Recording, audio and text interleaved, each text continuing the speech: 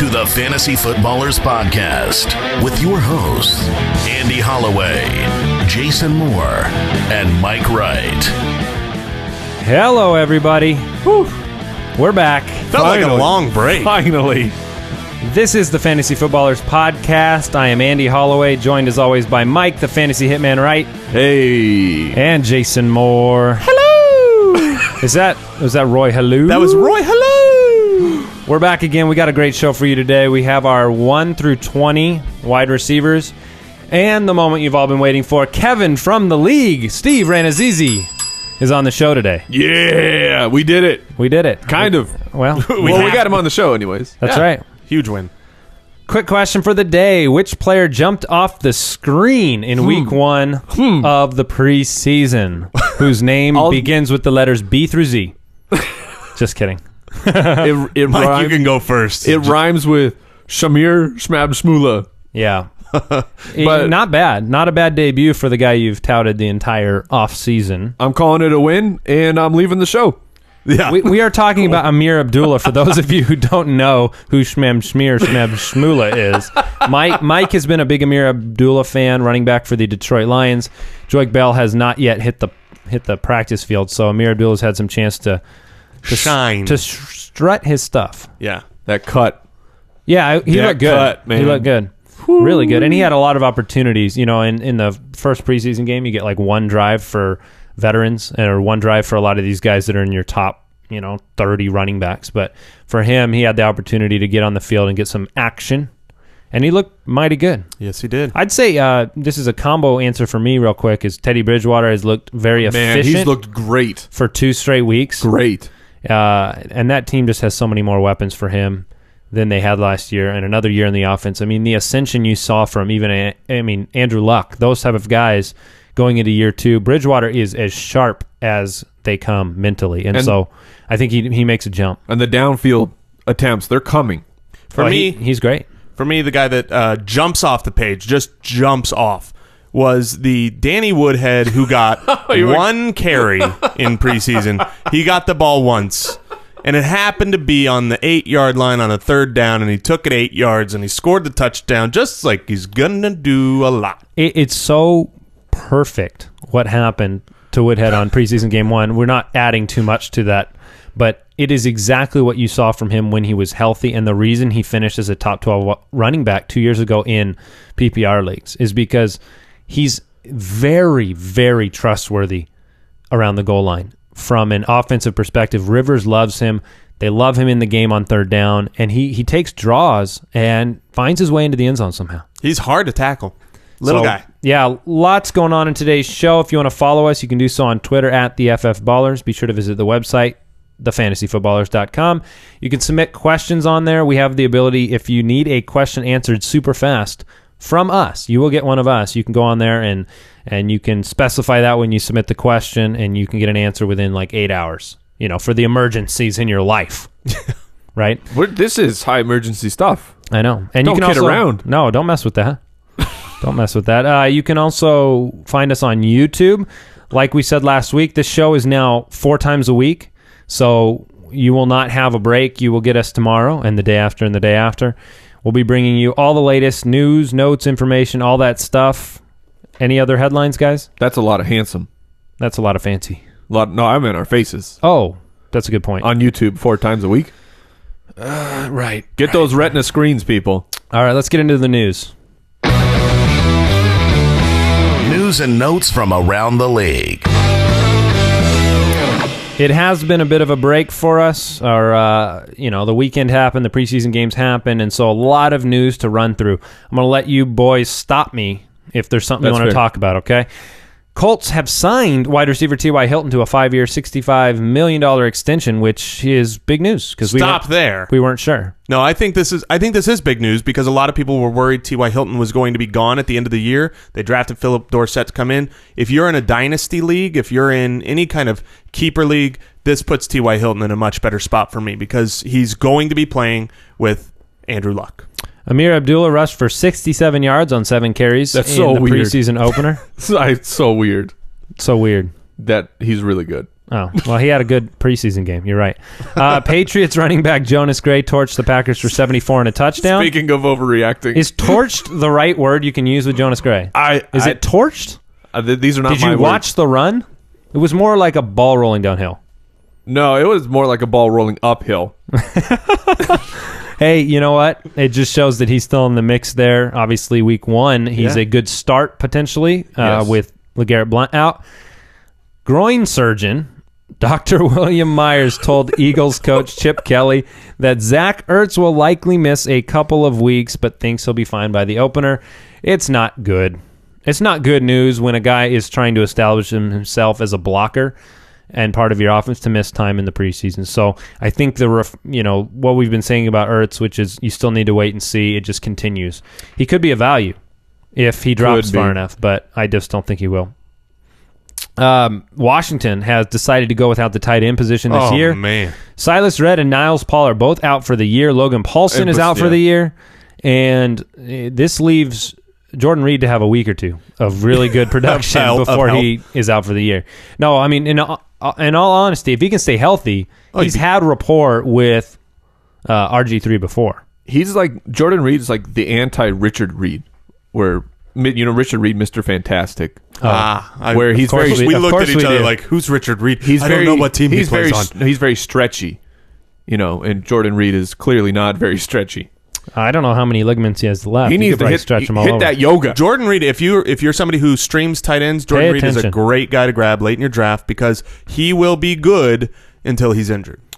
Julius Thomas will go in for more tests. This is classic Jaguars situation. I feel bad for them because I like the Jaguars. I like their coach, Gus Bradley. I like Bortles. I like Allen Robinson. But Julius Thomas, their $45 million investment, is he had a fractured hand on the game on Saturday. I saw him come off the field, grabbing his hand. Now they say he'll be back by week 1. I think he will be back, but does this help? I mean, in the equation of fantasy, if he was a guy you wanted, is he dropping a little bit he's a better value? No way, because he's dropping now to where he is still too high. I mean, that's where I think. We don't agree on that. Yeah, though. that's true. You have Julius higher than I do. I don't think Julius is going to be all that great. And I could tell you, catching those touchdowns, which is important and is probably going to happen from time to time, will be more difficult with broken fingers. It's just true. That's a fact. That's true. C.J. Anderson exited Friday night's preseason opener against Seattle with an ankle injury. Don't worry about it. It's not a headline news, but I will say this. Ronnie Hillman looked really good. He has had games in the past where he looks like the best running back on Denver. I'm not worried about Monte Ball's talent usurping C.J. Anderson's, but Ronnie Hillman looks really good, and so you just have to keep him in the mix. We still love C.J. I think he's 4 on my board right now, but he's got to get healthy. Speaking of not healthy, Kevin White needs surgery. So this is no good. Stress fracture in his shin. Danger of missing the entire season. That stinks. You know what this does show, though? This shows that right now we're in a period of time where health news is not always accurate because it doesn't have to be like it does in the regular season. And whatever we thought was going on with Kevin White might point us towards some other players and say maybe it's a little worse than what the teams are letting on. Troik Bell. And so it's just something we should keep a lookout for is all I'm saying. The Bears also have said that Eddie Royal's been in the standout in camp, and so you mix this with this news, and Eddie Royal is an extremely valuable potential Wes Welker-like PPR monster. So we've seen it before from him. We've seen it before from him with Cutler in Denver, his rookie season. He almost had 100 balls, I think, that he caught.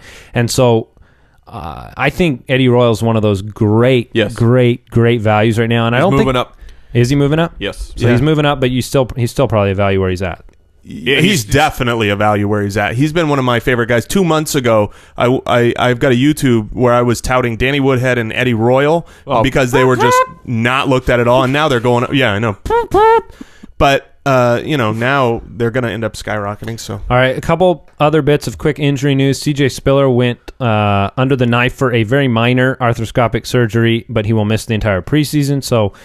Question marks around his role early in the season. And then Chris Johnson signed with the Cardinals on a 1-year, $2 million veteran minimum contract. Well, not two. He can get $2 million if he gets to the Pro Bowl. Yeah, because I think he only gets like 800 and something thousand this year. No guaranteed. He can get cut. So, Mike, what you're saying is he cannot get $2 million. That is exactly what I'm saying. Got it. And then Phillip Rivers signed a deal.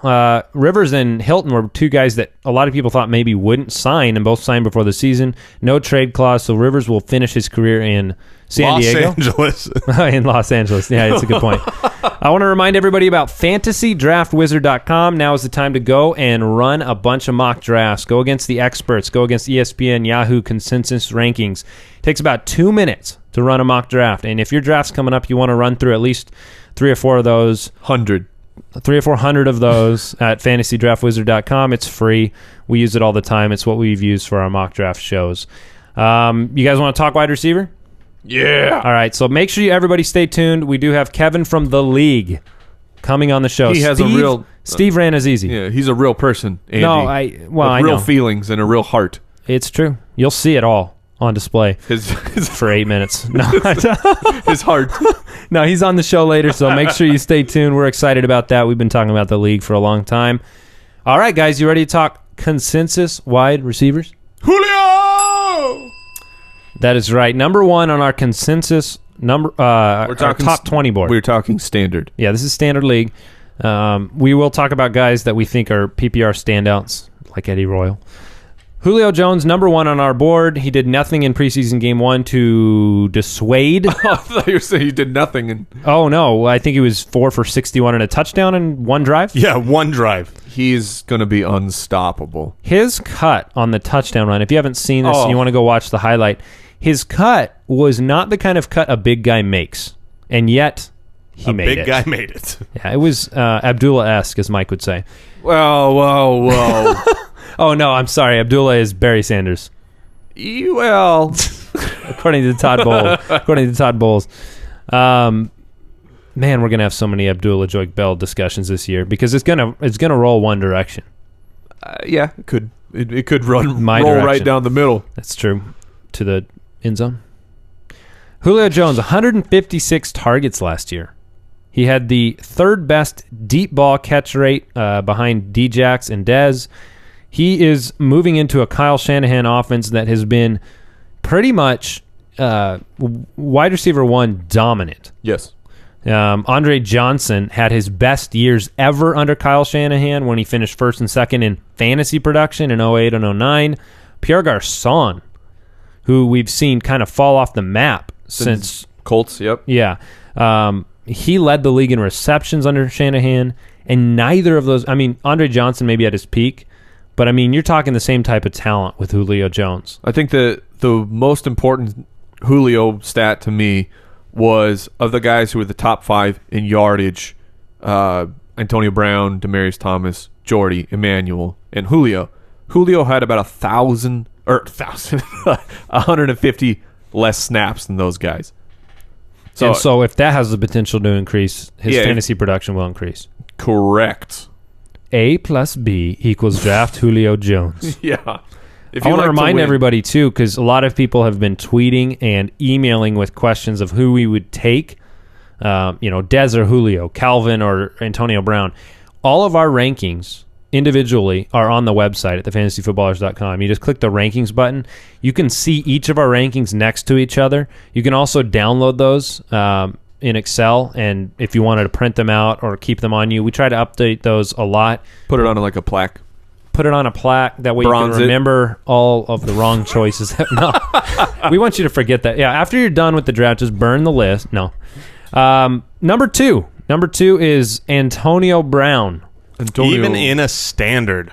Of course. Yeah, no, I'm just pointing that out because some people feel like his value is PPR, but he's worthy of being the number 1 even in a standard league just because his floor is just it's atop the Empire State Building. His floor is 5 catches for 50 yards. Yeah. That's what he's going to do. 13 touchdowns last year, just under 1,700 yards on 178 targets. I think the number that could adjust down would be the touchdown number. It's possible. It's especially with Martavis Bryant in the mix there. If you watched Bryant on preseason game 1. Oh, man. I was telling this to Jason yesterday. There are a couple players in my life that I've watched that when they beat someone deep, they beat them by 12 yards. Martavis Bryant beats people by 12 yards. Randy Moss used to beat people by 12 yards down the field. It's impressive. He had a touchdown catch, and it doesn't hurt Antonio Brown to have a deep threat on the other side, but it could hurt the touchdown numbers a little bit. Do you agree? Yeah, I would agree, but I'm not worried about Antonio Brown at all. No, that offense is dynamic. So at number 3, Calvin Johnson. Are we in the minority having him this high? I haven't looked around lately, but there's no reason to doubt Calvin Johnson. But he's old, Mike. Yeah, he is old. He's been hurt, Mike. Even with no reason to doubt Calvin, the reason that maybe other people have him outside is just because there is such a good group of top-tier wide receiver ones. The guys that we're going to be covering here, Julio and all the way down through A.J. Green, they're all great. So they could finish above Calvin. It's just a matter of whether you think he's still healthy and still... Let me ask you this, because people are going to stare down this choice. We have him ahead of Des Bryant and A.J. Green right now, Jordy Nelson, those guys. In consensus. That's fine. But in a dynasty or keeper situation, how much are you ticking Calvin down, or how many years do you think Calvin has left at elite production level? Is it enough to where you don't care about the youth? Julio, we have ahead of him already, but what do you think about that dynamic? If we're talking dynasty keeper, I have the other guys above Calvin, like Julio and Dez and Green. Yeah, I agree. I'd rather have them. Even if you think Calvin will be better this year? Yes. Yeah, because I don't think any one of these guys that we could predict right now is just going to be such a cut above this year. Calvin could. Yeah, the tiers are the same. Exactly. That's a good point. Des Bryant comes in at number 4. I guess we didn't talk too much about Calvin's target numbers, but they're through the roof, obviously. He was on a pace for 182 targets last year. That's adjusting some numbers, but... Yeah, we do that to make the rankings work. Well, he had the 2 dummy games in where he was do a anything. distraction. Yeah. Des Bryant comes in at number 4. He has 56 touchdowns in the last 5 years, and you can just, if there was anybody I had to put, like a bet of my house down on getting double-digit touchdowns, is Des Bryant. Yeah, absolutely. I would say if you're in touchdown leagues, I want Des Bryant. Yeah, he would be the number 1 clear wide receiver if you're in a touchdown-only league. Yeah, he's a dominant force. They lost Murray. They should pass around the goal line a little bit more just from necessity if guys can't get in the end zone the way Murray did. A.J. Green comes in at number 5. Hey, guys, gals, don't forget about A.J. Green. I know. Seriously. He's great. It's sad.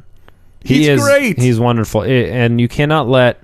In a standard league, I have him at number 3. And I have no problem with that. I think he's 4 for me. So there's a reason he's right here for us. And here's the best part about A.J. Green is that he's being drafted as the 8th wide receiver. And this is a guy who could finish number 1 if, everybody in this group, this first tier, could finish as the number 1. So to be able to get him, later in the second round is fantastic. He's the guaranteed high floor. He's never had less than 1,006. Even last year when he was injured, he put up big numbers. Yeah. And he's Andy Dalton's favorite target. And Andy Dalton has more weapons at his disposal this year, so things should be better for that offense, which was already, I think, even though Dalton had one of the career worst years in certain metrics last year, they were like the 8th best offense. Yeah. And Jeremy Hill's only going to make them better, get more defense drawing in. Yeah, Marvin Jones is back. Tyler Eifert is healthy. Any thoughts on Green before we move on? He's great. All right. I'll let him know. Number 6 is Jordy Nelson, a guy who very well could be getting not enough respect at number 6 on our board. You know what I think about Jordy Nelson? He's great. He's great. This first tier is really easy to talk about. There was a lot of news this week about Green Bay coming out and saying they want to play faster, speed up the game, aka get more offensive plays for Aaron Rodgers and those wide receivers. Oh, and man, they did. That'd be crazy. Crazy. That offense just getting faster and more plays. Yeah, when you talk about consistency from a wide receiver, Jordy Nelson, you have the Aaron Rodgers effect. You have a good quarterback throwing him the ball. You don't have to guess on that. And since I think 120 targets a year average since 2013. That's pretty good. Not bad. And he's very efficient, and Jordy Nelson can strike for a touchdown at any time. Yeah, that was really annoying every time I played you last year. That was the best. Oh no, Jordy Nelson's being kept under wraps in this game. They're really focusing on him. And then he catches, a back shoulder 40-yarder and just cuts it back across the field to the end zone. I mean, he had the primetime game against Minnesota where he had, I think, 2 catches, and he was still one of the top fantasy producers of the week. Yeah, so it's hard to depend on that, but if there was a situation to depend on it, it's Jordy Nelson and Aaron Rodgers in that combination. And he's a big guy. He's going to score touchdowns, and so he's reliable, and that's why he's number 6. So, and number 7 is Demaryius Thomas. And we'll let Jason talk because Jason has him numero uno. I do. I've got him very... Number 1. Yeah, yep. I've got him very high. In a standard league. And the reason is because if you look back the last several years, he's finished in the absolute top 3. He is very consistent. He's a great red zone target. And Julius Thomas, who was one of the most important tools for getting red zone touchdowns last year, is gone. So I think that you still got Peyton Manning, and he's still going to lead the team in targets, maybe even lead the league in targets, as he generally does or gets right near there. And so there's no reason to expect anything but his numbers to go up a little bit and his red zone targets to go up a little bit. You think his numbers can go up target-wise? Not target-wise, but I think that when it comes to red zone targets, I think those are going to go up. I think his targets are going to stay the same, which is basically the best of everyone. That's incredible. Yeah. Well, I mean, you lose weapons on the offense, so I feel like he's a lock this year. Now, if we're talking dynasty leagues, I'm a little bit more afraid because I don't know the future of his quarterback situation. But this year in a redraft, I love Don't you have a Brock Osweiler jersey? No, I don't. Okay. Yeah, I can't really argue with anything you said other than the fact that I think a season like 2012 and 2013 is more likely for him. 150 target range, 90 receptions, 1,500 yards, 10 touchdowns. No big deal. No big deal. All right, Alshon Jeffrey is our consensus. Okay, so are we agreed that we're kind of getting out of the top tier? This is where, and I wanted to bring this up. Alshon Jeffrey is the beginning of tier 2 to me. However, there's one guy here that we haven't brought up who I would say, Beckham Jr. Yeah, exactly. ODB Okay, so we haven't talked about. You're still counting him. He's in your top tier? I think this is our muddy water tier because some of us have these guys as top tier, some don't. Because Jeffrey and ODB are both in my top 10. Yeah, so he's in my top 10. I'm just talking top tier. I do think for me they are both in my top tier. When it comes to drafting, Alshon Jeffrey, I have him finishing as a wide receiver 1, but I see him as in my second tier of groups. I don't think he has the ability to finish number 1. I do think he has the ability to finish as a number 1, but not the number 1. Interesting. Whereas all the other guys, I do, and obviously Odell Beckham also does. So I would put him up. You have him at 8. Mike, you have him at 9. Jeffrey, I'm sorry, inverse that. But you guys have him at 8-9 range. Yes. I have Jeffrey at 5 right now. I don't think the Kevin White news is bad news for Alshon Jeffrey. No, it is not. And just from a target perspective, I mean, he was near the top of the league last year in targets.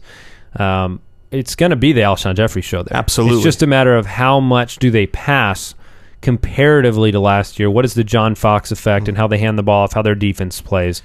Yeah, I just don't see the offense. I mean, he's going to be the number 1, and he is super talented. I've got him as a wide receiver 1, but I just don't see the offense being so prolific that they're going to be able to have the number 1 wide receiver. And this year, they have 11 of their 16 games against the top half of defenses. Only 5 games against bottom half defenses. So he's going to have... Well, right now. Well, right. I mean, preseason, judging who the good defenses are always changes, but it's always interesting because most of the guys we've talked about have done it. Okay, they all finished in that top tier, and so we know that somebody will probably be in that top tier that hasn't done it before. And for me, that's what makes Jeffrey the pick. Right, I have to project forward on him. I don't necessarily disagree with you. I can't see him being the number 1 overall wide receiver. It's hard for me to see that. But I think he can be a top 5 guy, and that's why he's there for me. I agree.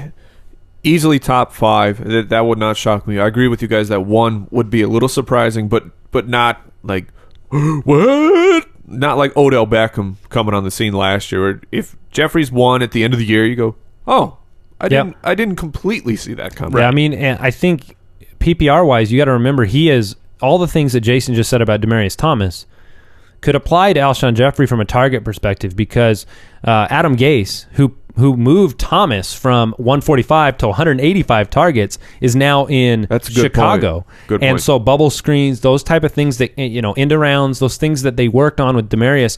If Jeffrey, now right now he's got a little calf injury and he's hurt, but if he's healthy this season, that's why I project him forward. He averaged 9 targets a week last year, and without Marshall, he was at 11. Yeah, so Yeah. don't want to linger Jay on him Cutler too much, but is no Peyton Manning. So no, it's a fair point. Jay Cutler, I love. Are you Jay going to disagree Cutler. with that? Yes, Jay Cutler is an accurate quarterback. We've had this discussion before that Jay Cutler is a kind of like a poor man's Brett Favre to me, where he gets a lot of crap because he's willing to sling it and throw some interceptions. And his grimace, his facial grimaces. His body language is so he averages 3.3 facial grimaces a game. Mm-hmm. That's tops in the league. I'll take the over That's on tops that. in the league. Yeah. That guy is the epitome of a sourpuss face. But I love Jay Cutler. Hey, better for Alshon Jeffrey. Odell Beckham Jr. is number 9 on our consensus rankings. Standard. This is for standard, because obviously I just want to say that because when it We know. I know, We know but- it's standard. but I think Why does most it matter people- with him? It Because doesn't most even matter people with him. listening, I think, are going to be like, "Why is Odell Beckham that low?" Some people have him number what difference one. does it make? It doesn't matter to me. Yeah, I'm saying it might matter to some. It matters to Jason's rankings. Well, I'm saying like it's not a Wes Welker. I mean, he's going to put up numbers in standard and PPR leagues. How much did it change in your PPR rankings? He has him top Top 5 in PPR. Yeah. So you think the volume? Well, 7 to 5. You go from 7 to 5. Yeah, For well, me in PPR, consensus he to goes be from number 7 to 9. 7. Mike goes from 9 to 9. So he doesn't move. He doesn't move in Jason and Mike and I. I will say Beckham, of all the guys we've mentioned so far, he has the most question marks, which is why he is where he is for me. Would it surprise me if all of a sudden he's number 1? No. Aren't those question marks just like exciting unknowns for a guy like Odell Beckham? Not Jr.? when they're in the first round. Maybe. Okay. They're exciting unknowns when you're talking about a 4th or But 5th don't round. you play to pick. win the game? Yes, but his target count over the last 4 games of 16 targets a game is that's not sustainable. Now, are those in standard games? They're or actually are those that's PPR games? That's actually real life games. Oh, okay. So that I think it equates to both. I got to get me a ODB little figure for the desk here. I want the catch. Ooh, that'd be a good one. So do we do something weird to his hamstrings? No, We have to like paint them red. We put some ice on him. Put some arrows warning. Yeah, you just wrap them up.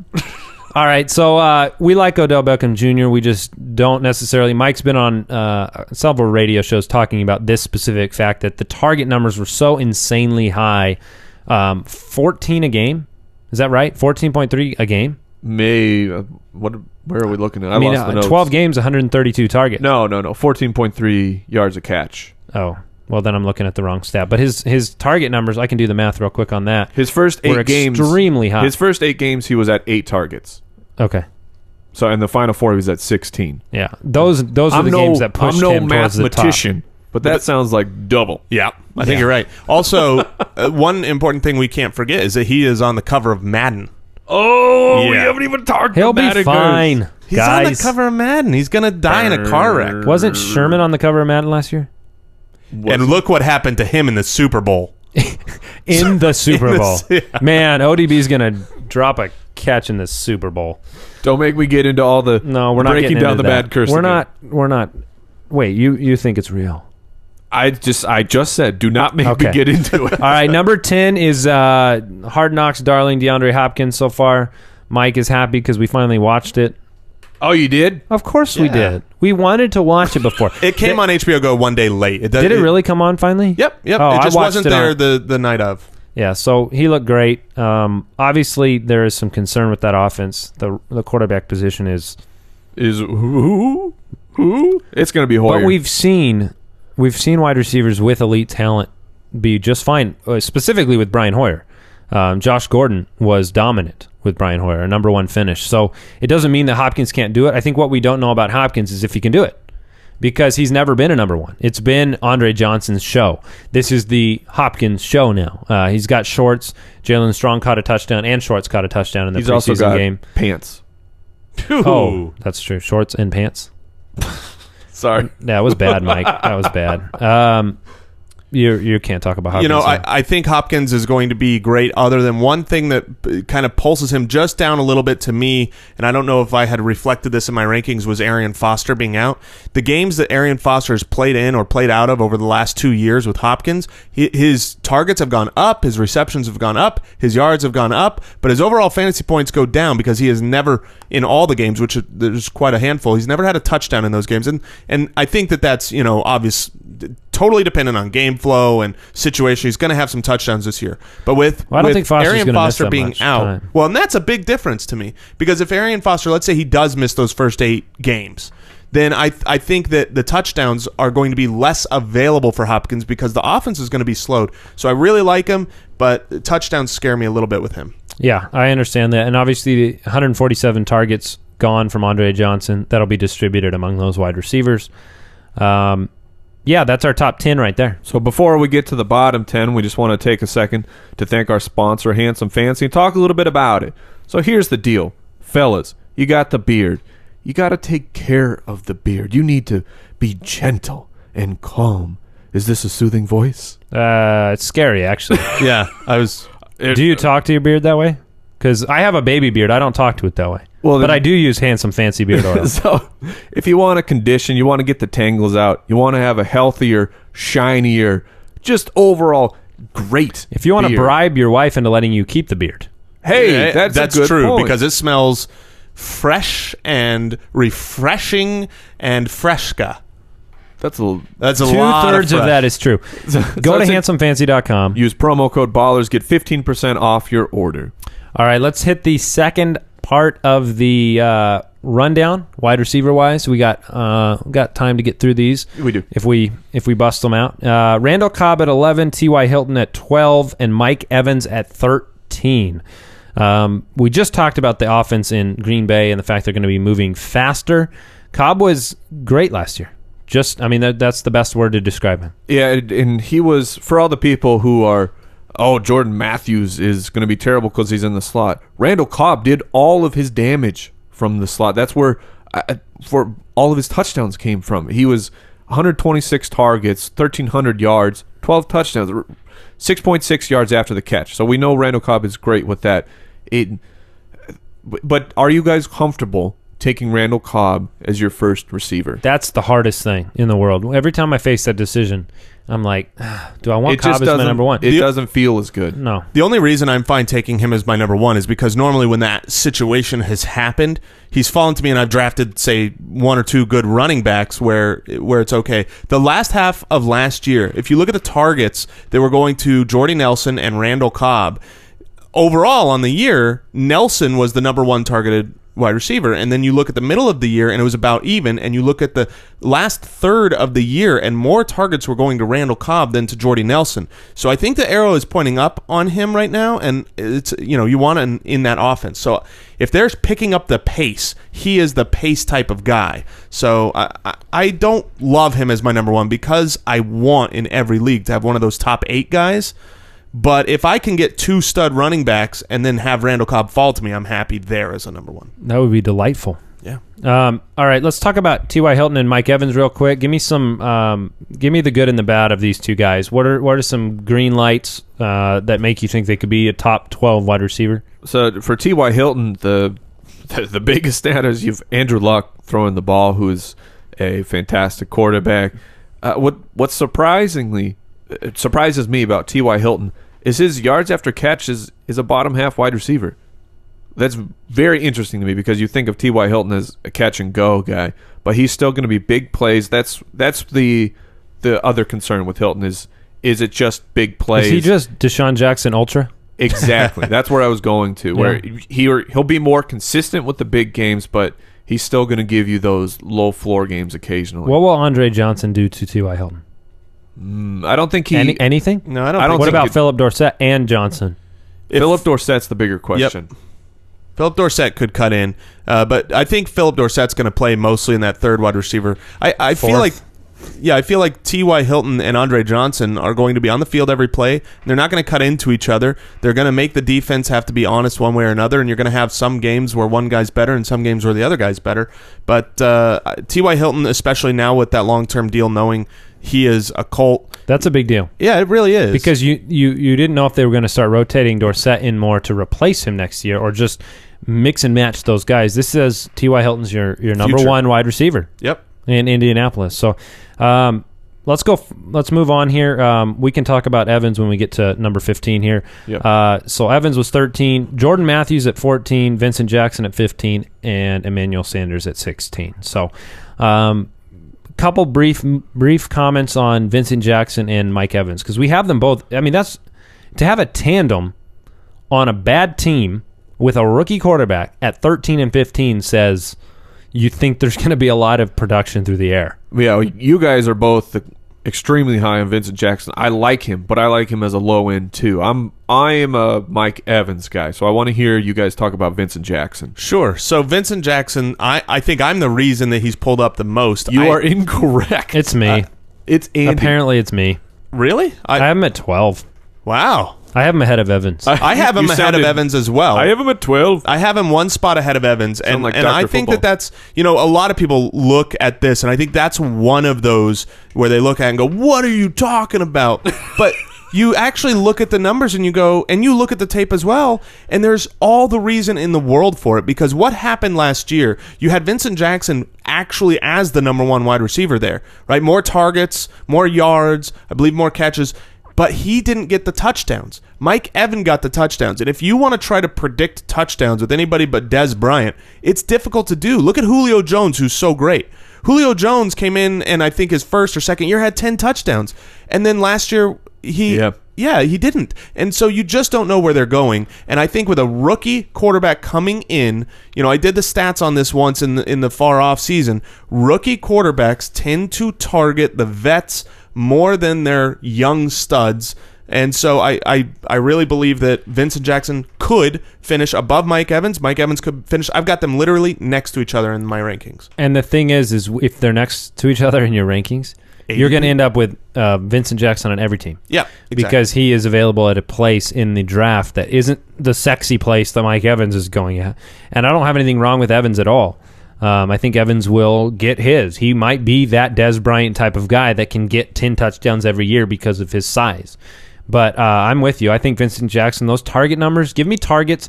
Give me he's still a downfield guy, middle of the field, downfield. He's going to be reliable, and I like him. He caught a 50-yarder or something like that, 47 yards in the preseason. Looked good. Yeah. So so that was 13 and 15 were Evans and Jackson. 14 is Jordan Matthews. Yes. We've talked a lot about him in the past. We don't have to talk too much about him right now. Come on. We definitely don't with that voice going on over there, Mike. Yes. So Jordan Matthews. Slot receiver Jordan Matthews. Go. Yeah. The slot receivers are just terrible. It's funny because Cobb, Matthews, and Sanders. Sanders will be in the slot a lot this year, and those are three guys in this little range. Simple question about Matthews. Do you disagree with me that it will be a week-to-week thing who explodes there, or do you just think Matthews' floor is just so high you have to take him here? I will agree that there will be weeks where somebody else, like Aguilar or is Aguilar or Aguilar? We need to it's not Aguilar. It's not Aguilar. Aguilar. It's like Aguilar. Wait, I can't say it now. Agrula. It's like OE. It's OE in the middle of that. So what we're saying here is we need a nickname. Aguilar. we need something else. There's Nelson. I will concede that there will be weeks The full Nelson. where he is the highest scoring receiver on the team, but I think far often it will be Jordan Matthews. From the first half to the second half, the light switch really went on for Jordan Matthews. His points per game jumped up by about 5.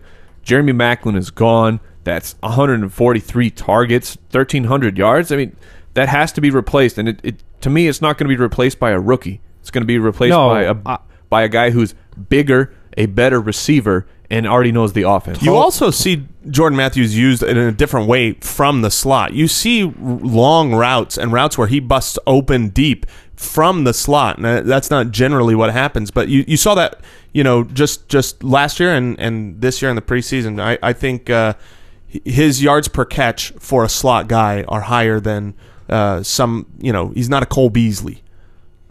He is not a Cole Beasley. Not many are. There's only one. There's only one. Cole Beasley. There's only one. I will say this, regardless of Jordan Matthews specifically, I'm super excited about that offense.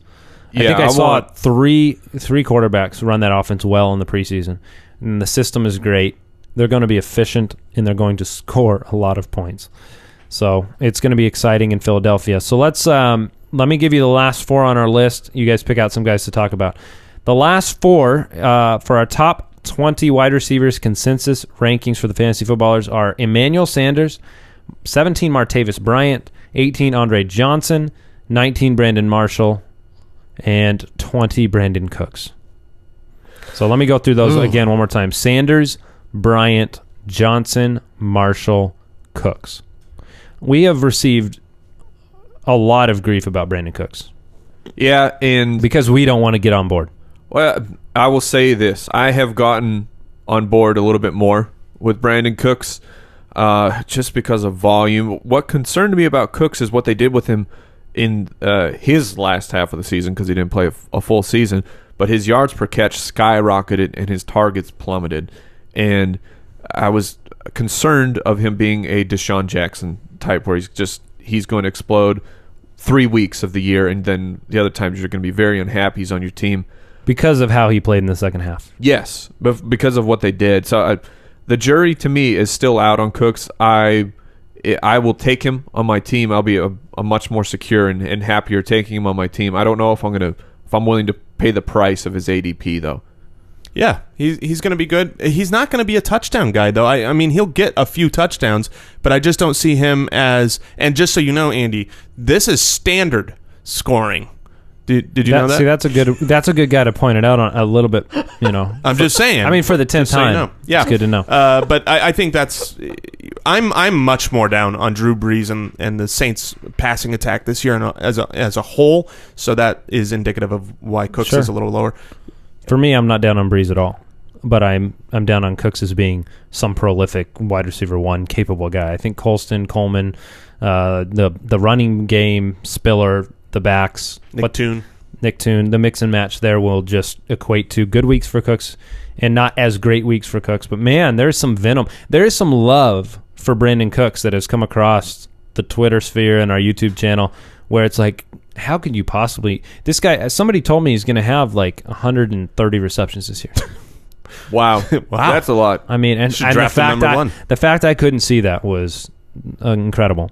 So moving to Brandon Marshall. Yeah, let's talk about Brandon Marshall. I want to know, Geno Smith's gone. I want to know what he's going to do this year. I like Fitzmagic. I liked him better when he had his big beard. Ryan Fitzpatrick. Yeah. Handsome, fancy. Sorry. You always got to give the name, then the nickname, Mike. Some people don't know that you do that. I apologize.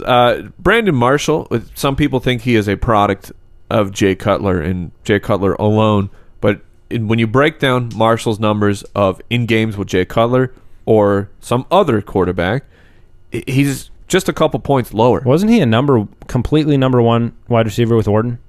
Mm-hmm. I think he was the number 1 with Orton.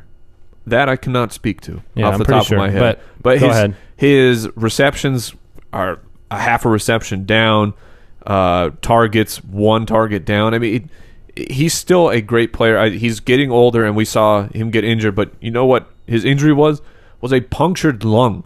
That's not just going to happen every single year. He didn't pull a punctured lung. Right. He's not having... I ran a route. My lung got punctured. If he said that after it happened, that would have been awesome. But that's what I mean by that is that's more of a fluky injury. Yes, fluky injuries happen all the time, but I'm not concerned about that. I think Brandon Marshall is going to be great, and he's going to be a great value. The last guy I'll speak to really quickly is Martavis Bryant. There's been some concern with Wheaton and the fact that Big Ben has come out and said that Wheaton is that number 2. I'm just going to go on record right now and say that doesn't matter whatsoever. I've officially said goodbye to any fears that I have about Marcus Wheaton. You let it go. I let it go. I'm not... You waiting for me to break out in song? Yeah, I was. I'll tell you who let it go, and that's Martavis Bryant down the sideline for about 50, and it looked effortless. And he's just too supremely talented to not be on the field. He will be on the field a lot, and he will produce because Big Ben throws a great deep ball, and he buys time in the pocket. And Bryant is a perfect, he's the perfect guy for that. And you can't double cover him. And if you do, you have to take away from. I mean, who do you cover? Let me ask you this: Do you bring guys into the box for Lev Bell? Do you double cover the best wide receiver in the game, maybe Antonio Brown? Or do you double cover the deep threat and Martavis Bryant? Yeah, you can't. I do it all. Choose first. I put 13 men on the field. That's how you do it. You're a good D coordinator. They'll never catch me. So Bryant is at the bottom of those three in terms of priority for defenses most weeks. And, I just don't think guys are going to be able to stop him over the top unless you try to, let Antonio Brown and Lev Bell do stuff. This is why this offense is so good. And so Bryant, I think, is a value pick still. I think he's coming into a second year where he gets the opportunity to play every day. He's a hard worker. I like what I see in camp and in preseason. So Bryant's good. Football teams are not dumb. They know what happened to their offense as soon as Bryant started playing. Everything got much better. They're scoring more yards. All right. We've got to move on here. We have Steve Rannazzisi from the league on the show, so let's go ahead and talk to him. You talking to me? The fantasy footballers are now joined by Steve Rannazzisi, or as you all know him, Kevin from the league. What's going on, Steve? Nothing. How are you guys doing? Well, we are doing fantastic. Thank you so much for joining us. We know you're a busy guy. So we're going to start immediately with the show. What can we expect from the final season of the league? Well, we start the show off the season off this year. The cold open is with Marshawn Lynch, and we comedically put the Super Bowl to bed from last year. Right. It's a great way to start the show off this year. And then we have a lot of great cameos by football players. Golden Tate's on the show. Randall Cobb's on the show this year. And then we have our great guest stars from years past. Leslie Bibb comes back. Ike Barinholtz.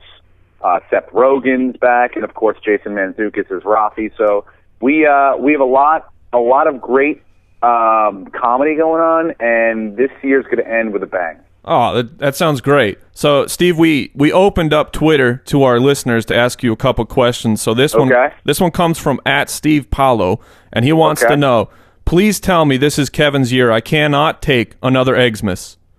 I don't know if it's Kevin's year. We have not read the final couple episodes. I would love it to be Kevin's year. I think it'd be a really fun way for me to end the series to go out as a winner.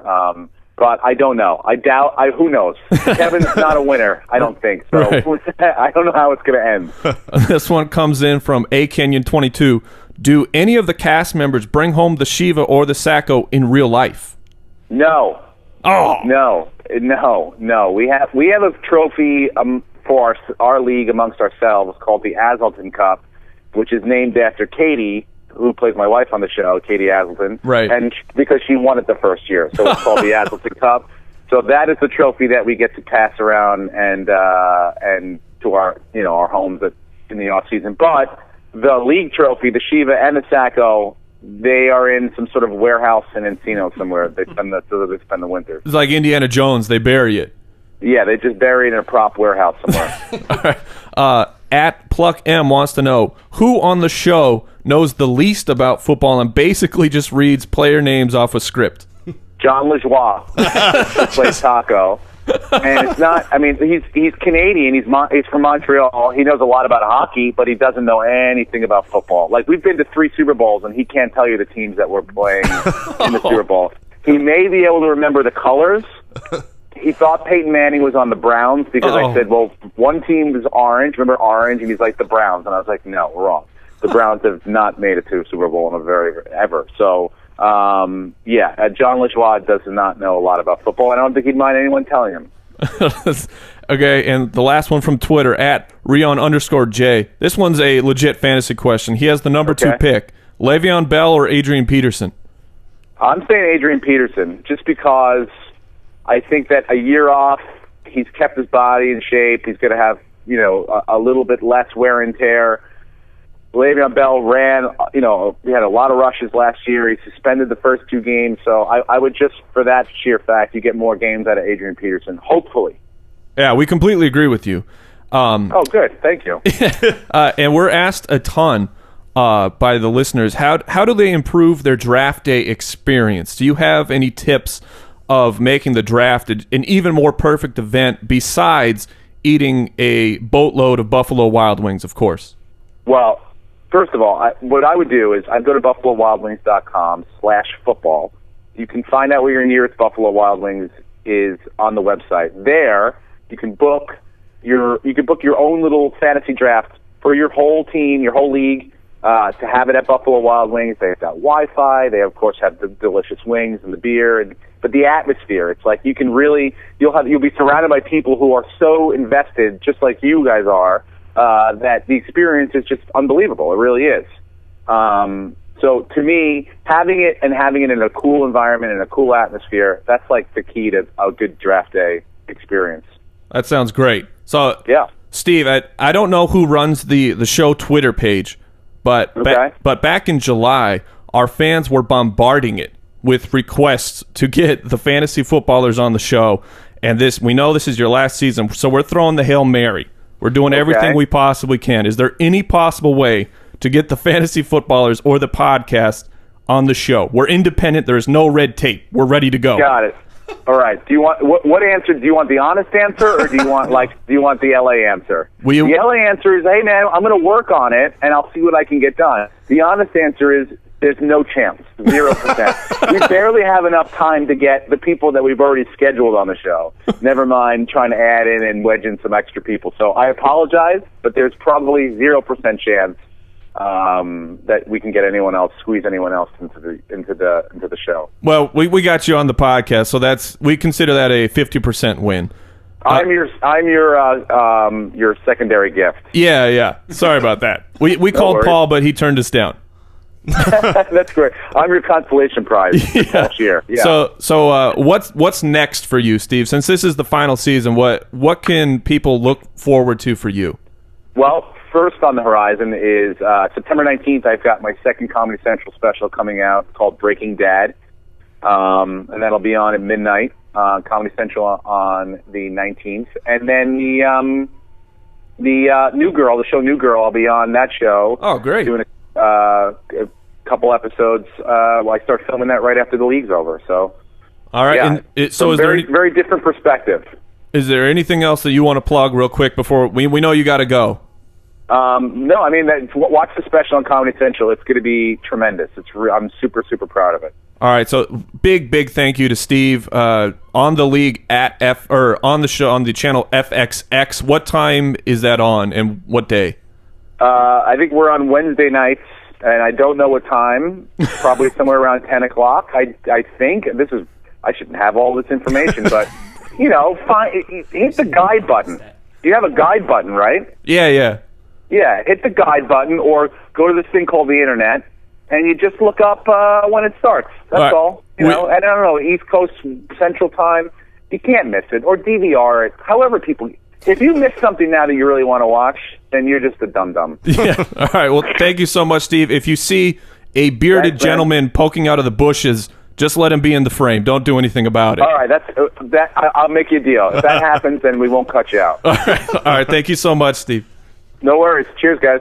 All right, special thanks to Steve Rannazzisi for coming on the show today. I think you heard it there in the interview. Obviously, we'll be on the league next week. Yeah, I was just going to say. It'll either be in the bush by volition or You're going to read in the papers, bearded man escorted off closed Hollywood with set. Jeremy Hill tattoo upon chest, easily identifiable.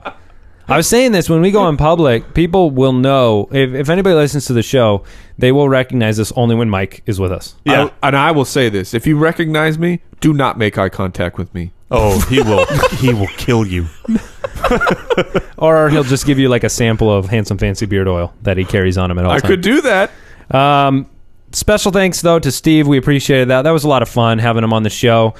Hopefully you enjoyed the wide receiver rundown today. Gets you ready for the draft. Just to let you know, we are back. We're not back to, but we are now on 4 shows a week, which means tomorrow you will get some deeper wide receiver rankings from us. You don't have to wait an extra day.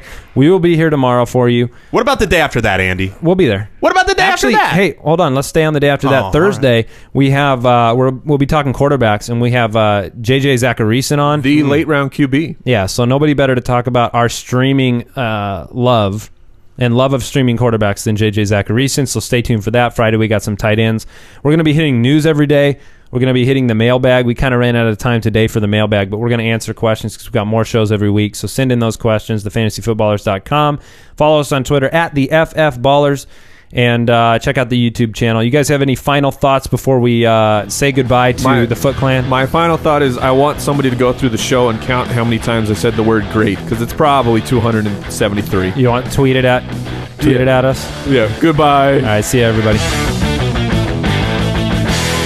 Thank you for listening to another edition of the Fantasy Footballers Podcast. Don't forget to visit us on the web at www.thefantasyfootballers.com and follow us on Twitter at the FF Ballers.